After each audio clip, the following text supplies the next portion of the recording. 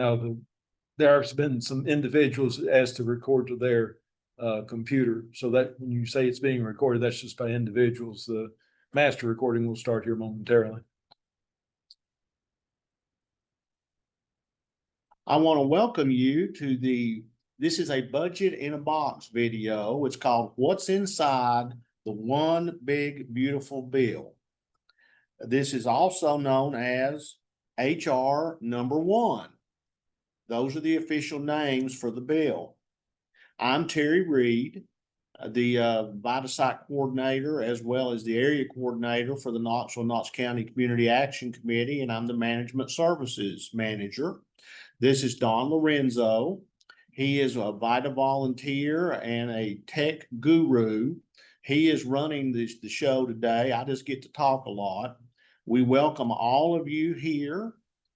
We've got case managers, we've got Vita volunteers, we have site coordinators, we have people from all kinds of different social services organizations. We've gone over 200, which is a great thing. And without further ado, we will start the presentation. This is a 900 plus pages bill. It's now a law. It can be called an act. We're not going to cover all 900 pages. We're going to follow the goals of VITA, which is to get our clients all the tax benefits they qualify for. I will also tell you that a couple of great sources for information as how this is going to be handled for income tax purposes would be the IRS Guidewire and the IRS Newswire. It was very interesting in some of the research that we did. The IRS actually said, do not use the IRS website as the final authority for what's inside or how to handle the provisions of this law. They said refer to the Guidewire or the IRS Newswire for that kind of information. This is going to be evolving, and with it being in evolution as it goes on how we're going to handle certain things, it's just going to be, I can see this particular presentation being updated and presented sometime in December or January as the new information comes out from the IRS. Now, the background for this law, this is kind of give me 1 second. The background is that this is in conjunction with the Tax Cut and Jobs Act of 2017. And that particular act significantly changed the tax codes, but most of its provisions were temporary and set to expire at the end of 2025. The One Big Beautiful Bill or Act or OBBA, it stops most of those tax laws from going back to what they were in 2017 while making some additional changes. Most changes take effect on January the 1st, 2026, but there are some very important changes that will impact 2025 tax returns.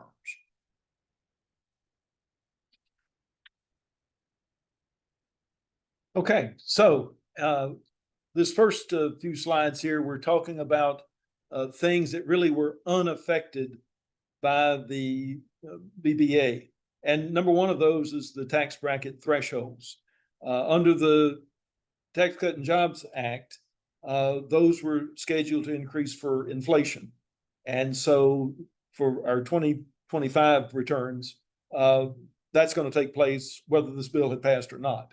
And that was roughly a 3% increase. So the brackets brackets increase, for example, the 10% bracket now reaches up to $11,925, which is, again, about 3% more than what it was last year. And you can read them all. It's roughly double that for the married filing jointly. So no big surprises there. Similarly, the standard deduction was set to increase for inflation. Again, that was about 3%. But if you remember, looking at 14,600 in 2024 versus 15,750 for 2025, that looks like more than 3%, and it is. So this one is one that they did tweak a little bit under this OBBA in addition to the inflation adjustment, they bumped that up $750. So that's why that one increased more than inflation. That one was one that was additionally increased for the OBVA. The earned income credit also was set to increase for inflation, and really nothing changed for that. So if you were a single filer with no dependent, the maximum credit in 2024 was about $640, and it's going to be $649. So, virtually no change there. For a married couple, going for the maximum, you got 3 more dependents. The maximum credit will be in 2025 a little over $8,000. It was $7,800 last year. And again, it phases out for both single and married filers. And so you get no credit, no earned income credit if your joint income was over or will be over 68,675 in the coming year. But that was all set to happen regardless of the bill, whether it passed or not. This was all the same. And with that, I'll pass it back to Terry. One of the big portions of this bill happens to be that there was going to be no tax on tips. And the way that basically works is, instead of just totally wiping it out, its taxpayers will be allowed to deduct the first $25,000 in income earned from customary tips. And the IRS lists that by 10 to 25. The deductions phase out at 150,000. Single is 300,000. I'm sorry, that's single, and then for $300,000 for married filing jointly. And if you'll notice, if you are married filing separately, this will not apply for you. This is another one of those penalties for marrying filing separately. The deduction is temporary. It's authorized through 2028. And a social security number is required. At this point, ITINs are not allowed. Also, the reduction on taxes on overtime. Now, this is a little bit complicated right here. The single taxpayer will be allowed to deduct the first $12,500 in income earned from overtime, $25,000 for married filing separately. I'm sorry, married filing jointly.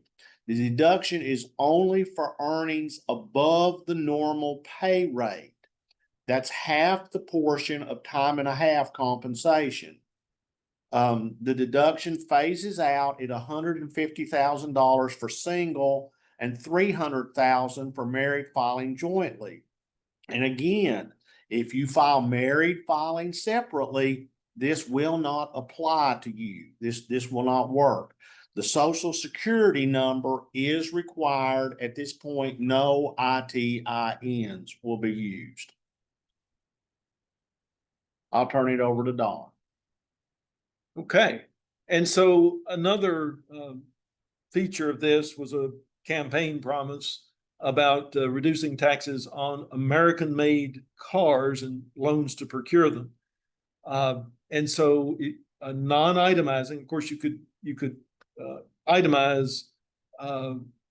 There were rules for taking some deductions, but even that didn't apply to car loans. But for the non-itemizing taxpayers, you can allow, which covers itemizing or non-itemizing. You're going to be allowed to deduct up to $10,000 of car loan interest on American-made personal use vehicles. So this is, where you got your Uber drivers or your DoorDash type folks. If they're using that in a small business, this is not going to help those folks. This is for a personal use, American-made vehicle. And to help ensure that, if you look down a couple of bullets, a vehicle identification number is going to be required. And as best we understand how this is envisioned, is that the lenders will send to the borrowers, to the car owner, a statement at the end of the year, much like banks send a mortgage interest statement, things like that. There'll be a statement at the end of the year that details the VIN number of the vehicle that's being that the loan's against, and the government will be checking to be sure those qualify for the American-made content or assembled content.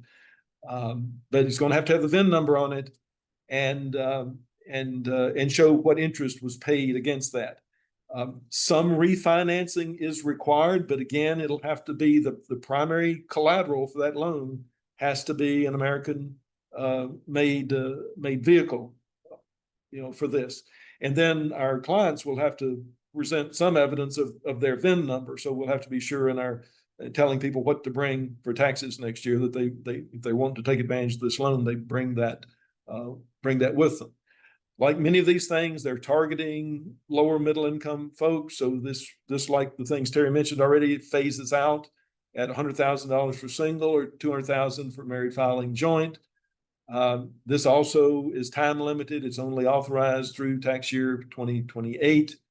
And I know this is going to be a big disappointment to some of you, but that unicycle you've been looking for is not included in this. It does require two-wheeled vehicles. It can be pickup trucks. It can be SUVs. It can be, of course, typical personal automobiles. But they went to pains in the law to specifically say two wheels. So motorcycles will qualify for if they're domestic manufacturing. There's also good news for folks with children of an increase in the child tax credit. It will increase that tax credit from current $2,000 to $2,200, and it will be indexed annually to inflation. So at least that credit will be going up with time indefinitely into the future. What did not change was the amount of this credit that is refundable. And so if normally this check, it's a tax credit against taxes you owe, and only a fraction of it, most of it, but a fraction of it is refundable, and that did not change. So that would still, for someone who does not otherwise owe any tax, the most of the refund amount remains at $1,700. Now, another important change, much like others, is they're taking pains in this bill to be sure these are credits, benefits for American citizens. And so this Social Security number, it was already for the child tax credit, the child had to have a Social Security number, but a new change is that at least one of the parents also has to have a Social Security number. So again, two legal residents, but if they only have I-10s, they would not qualify for the child tax credits on that. Next slide, please, Terry. Oh, over to you. The deductions also change. Single taxpayers age 65 on December 31st will be allowed a bonus deduction of $6,000 or $12,000 for married filing jointly. Now, basically what that is you're going to have your standard deduction, your senior deduction, and now this additional $6,000 deduction. And the deduction phases out at $175,000 for single or $250,000 for married filing jointly, and that's modified gross income. And the deduction is authorized through fiscal year 2028. That's expected to offset taxes on Social Security payments for over 90% of the recipients. So that's a big change in how it's done now. So I'll turn this back over to Don. So leave it on that for a second. So again, part of this was the way the law is written, that Social Security cannot be changed in a reconciliation bill. So this was the workaround. And it has some other interesting wrinkles in that you can be 68 years old and not claiming Social Security yet, and yet you will get this additional senior deduction. Conversely, you could be 63 years old and claim Social Security early, and you will not get this bonus. This is strictly an age-related benefit. It's the 60, you have to be 65 or over at the end of 2024 in order to, excuse me, end of 2020, 2025, sorry, in order to claim this benefit in the tax year. And so that's why it says it's expected to offset the Social Security payments by giving this added deduction, but it catches a little broader swath than just Social Security recipients. It's frankly, it's any seniors. That's why it's called the additional senior deduction and not specific to Social Security payments. So if you go to the next one there, Terry. A brand new thing that the bill creates is something that's called in the bill a Trump savings account, which is in effect an investment in children's future. So the way it's structured, and this is one of these things like starting individual retirement accounts. There's a whole lot of stuff to be developed on this. But the basic concept is that the government is going to make a one-time $1,000 deposit for every child born between 2025 and 2028 who is a U.S. citizen. But looking down the road, children under 18 will be qualified for this long term. Now we're just looking at 25 and into 26. So this is all getting set up. So beyond what can happen in the 2025 tax year, the way the law is written, parents will be able to continue to contribute up to $5,000 annually into their child or children's accounts. It's not clear to me. I didn't see anything that said this would be tax deductible to the parents, but at least they'd be able to squirrel money away there. Interestingly, employers, though, who want to give employees a benefit for their children, employers can give the workers up to $2,500 contributions to these child savings accounts. And it does not count as taxable income to the employee. So it's going to be potentially a tax-free benefit to employees of companies that want to help parents and encourage children. When the time comes for this money to be withdrawn, the government will have a list of qualified purposes, but it's quite a broad thing. You know, it's not like a 529 where it's education limited or an IRA where it's retirement limited. This can be things like a purchase of your first home, things that a young person starting out might need. And I expect that list of potential things will change with time. But when it's done, it's going to be only taxed at long-term capital gains rates. And you know, part of the purpose of this is to get people, particularly from lower income folks, a start and get them used to the stock market and regularly investing and seeing how that money grows with time and just develop good financial habits starting from birth. Now, there's a pilot program that's supposed to affect 2025 returns, and quite honestly, I don't know how. What we think is going to happen is we do know the way the intent is that parents have to opt into this. So probably as we prepare the 25 returns, there'll be an additional form for people who've had a child in 25 for the parents to opt into this. And hard for me to believe why anybody would not. And that way the government would set up this $1,000 to go to that child. It's one time per child, not a big surprise there.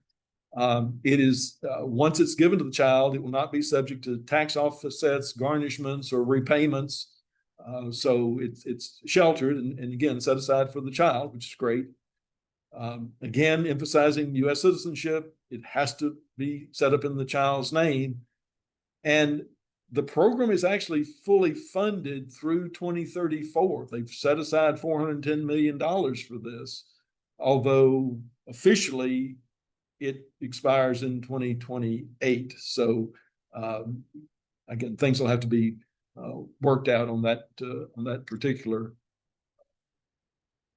point. But again, the whole idea of these savings accounts is there's a pilot program in 2025, and again, those details are still a work in progress. But I truly believe it's basically going to start off, because in the law, the OBBA verbiage, these accounts cannot accept any contributions until July of 2026.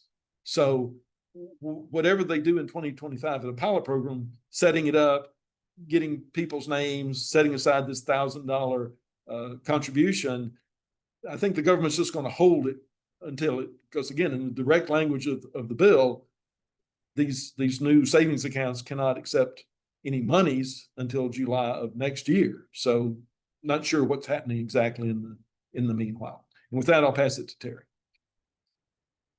As you can tell, that child savings account is one of those areas that we're going to have to wait on IRS interpretations to see exactly what that means and how it's going to function and what that pilot program for 2025 is all about.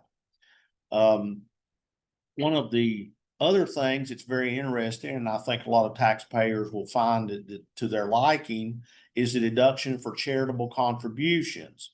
Non-itemizing taxpayers will be allowed to deduct up to $1,000. Now that starts in tax year 2026.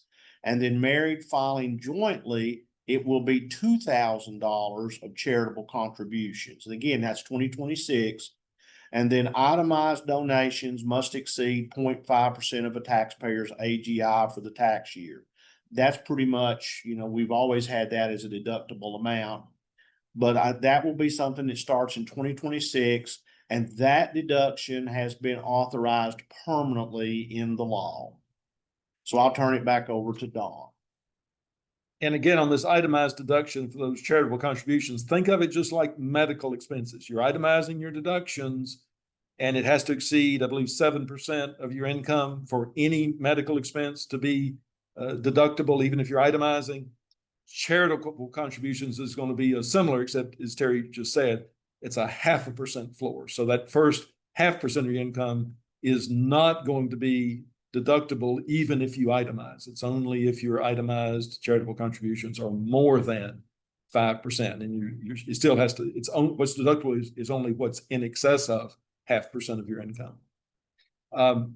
These next couple of changes, increasing the dependent care exclusion, it's back more to employer benefits. So right now there's a $5,000, and I say dependent or child care exclusions, but an employee can exclude up to, under the law starting in 26, up to $7,500 of dependent care assistance from their gross income. So again, for employers offering that as a benefit, this will be a nice tax-free benefit for people who have dependents. And again, that's not just children, that could be parents or other disabled folks. Similarly with dependent care credits, again, child and dependent care credits, there's some significant improvements in that. Currently, it starts at 35% of expenses. After 26 or in 26, it will jump up to 50% is your starting point, but then it phases out with increases in income. So the amount of eligible expenses decreases by 1% for every $2,000 the taxpayer's adjusted gross income exceeds the $15,000. That's not a change currently. I mean, the maximum is increased, but the phase out is essentially the same. And again, an improvement, the credit cannot drop below 35% of the eligible expenses, where that number is now 20%. So there will be some improvements there. Also beginning in 2026, the Tax Cuts and Job Act, many of these things that were indexed to inflation, that again was supposed to expire in the end of 25, and the OBBA makes those inflation adjustments permanent on things like tax brackets, standard deductions, earned income credits, and things like that. Again, seeing the focus on American citizens, American Opportunity credits for education, lifetime learning credits. The student's Social Security number is now required to be eligible for those, starting in 26. Another thing that is going to hurt for some lower income folks is this enhanced, what is it? ACA, the Health Affordable Care Act tax credits is going to expire. And this bill did not extend those. So there was the Affordable Care Act benefits in 2017. Then there were some changes made with the American Rescue Plan and with the Inflation Reduction Act. And there were some enhanced ACA credits that people have had. And what this law did was let those expire. And so that's going to be, that's going to hurt some folks. So, for example, there was a cliff as this was originally drawn up. There was some assistance up to 400% of the federal poverty level, and then it phased out. And as your income got higher and higher, the assistance got less and less. So it, yeah, you could qualify, but again, there was a schedule that phased it out.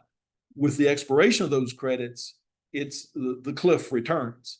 If you get some assistance up to 400% of the federal poverty level, but if you go to 401%, it's a cliff. You don't get any assistance with these health returns, and not just that, it will also have to do with the repayment schedule on that. If you have maybe a spouse got a job during the year, and so your income was higher than you were expected, so you qualified earlier in the year, but at the end of the year, your income was more than 400% of the federal poverty level, then all of that excess will have to be repaid.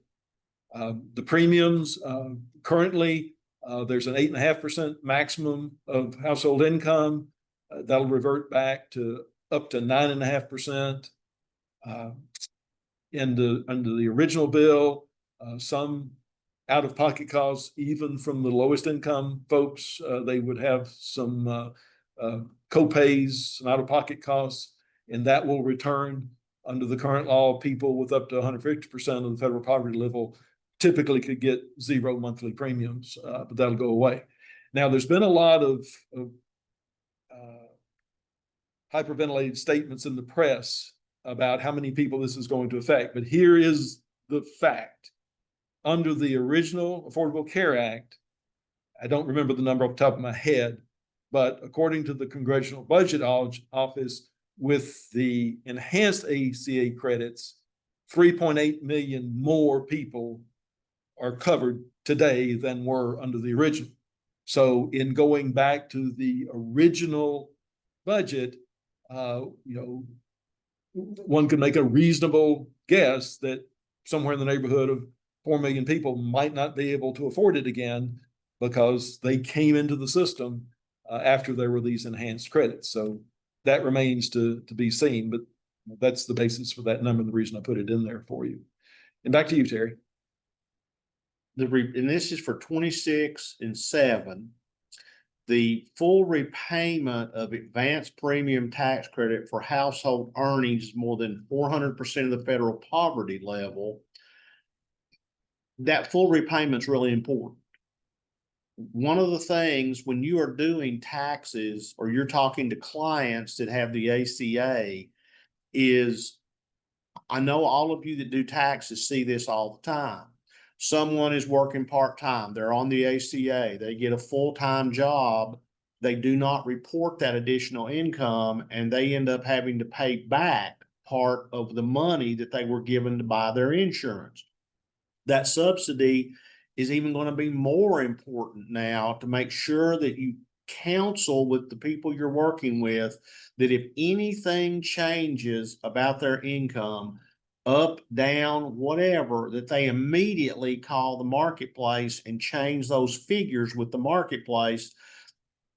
Because if they get more income and they rise above this 400%, they're going to be in deep trouble, because then everything becomes able to be paid back. And we don't want anybody to get hit with that if we can help it. So it's up to us to counsel them the correct way. Now, the expanded eligibility for ACA tax credits also expires. That eliminates the credit for lawfully present immigrants who are ineligible for Medicaid due to their status and whose income is less than 100% of the federal poverty level. Those credits that are currently available, those go away, and that will be gone. And it's important that we counsel our clients with that as well.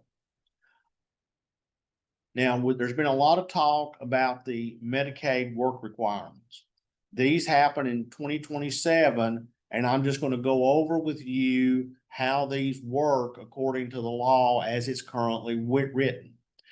It says recipients aged 19 to 64 will be required to work at least 80 hours per month or fulfill similar criteria. That means they can participate in job training, community service, and there are other things in the bill, but those are some of the big pieces right there, the job training and the community service. States may act sooner, but the work requirements take effect nationwide on January 1st, 2027. So this is a state's issue where a state can actually require that sooner. There's numerous exemptions that are listed. For example, pregnancy, disability, care for children under 13, or care for the disabled. That would exempt someone from the work requirements. There are other exemptions as well, but those are the main ones as it's written. Co-pays may increase for those who make more than $15,500. Federal Medicaid expenditures are projected to drop $84 billion a year as enrollment grows to 79.5 million by 2034. So those are, again, that's from the Congressional Budget Office, and we just want you to have those figures so that you can see what the CBO is saying. But this is really, really important. And when you're doing people's taxes or counseling with them about the ACA, make sure they understand how important it is to stay in contact with the marketplace regarding their income. And I'll turn it back over to Don. And so to summarize, this OBBA, really what it's doing is making the tax changes in the Tax Cuts and Job Act permanent. That's probably the biggest single thing it did. It does provide some additional tax cuts, as we've mentioned, no tax on tips, tax on Social Security, the loan interest. All right. Okay. The, It's over with now. So at least for the next 4 years, some of these things are going to help folks, again, primarily lower middle class folks. It does create this new tax advantage savings account to give all children a financial head start. Personally, I think that's going to be a great thing. But this expiration of the enhanced ACA subsidies for the lowest income folks is going to offset, they may get some benefit from increased child tax credits and things like that. But that was enhanced ACA subsidies for the folks relying on that, looks like it's going to pretty much offset any benefit they would get out of that. So that's the downside. And with that, I'll leave it. But Terry. This is a chart that we found from CNBC, which is a summary of the OBBA impacts. I will post a link to this on the Tax Roundtable for all of you to have. It's really a good chart. It shows you what the current law is. I'm not going to read it all to you, but it shows the current law of standard deductions, 15,000 for singles, 30 for married filing jointly for 2025. And then it shows the final legislation, 15,750 for singles, 31,500 for married filing jointly. It talks about the bonus deductions for older adults, state and local tax deductions. That's what you've heard a lot about, the SALT taxes. We didn't cover that because most of that does not apply to the clients that we have. The child tax credits, the estate and gift tax exemptions, tax on tips, overtime pay, auto loan interest, the savings account for child savings, and charitable deductions for non-itemizers. I want to say this to all of you again, and we will have a question and answer session here in a few minutes, and we'll do the best we can. Our job and what we're trying to accomplish with this presentation is to tell you how it impacts our clients.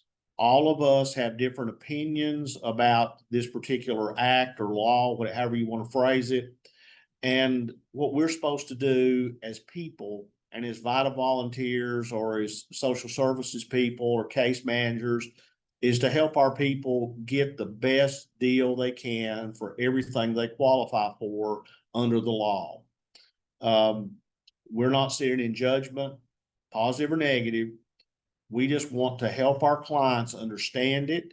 And the first point to do that is we have to understand it ourselves. So I hope that you have found this to be informational.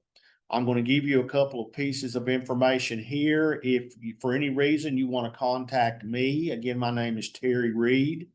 My email address is Terry, Terry, .reed, REED, @knoxcac.org. You're more than welcome to contact me, and I'll help you all that I can. If I have any resources, I'll be more than happy to send them to you. We will post a link to this video when it's put up on the YouTube page for our agency. And I do want you to know that you can use any of this information in any kind of meetings you want to. We want to help everyone. And we want to make this the best for clients across the country as possible. And we thank you so much for being here. I'm going to attempt to stop the recording. And when I stop the recording, then we'll have questions and answers.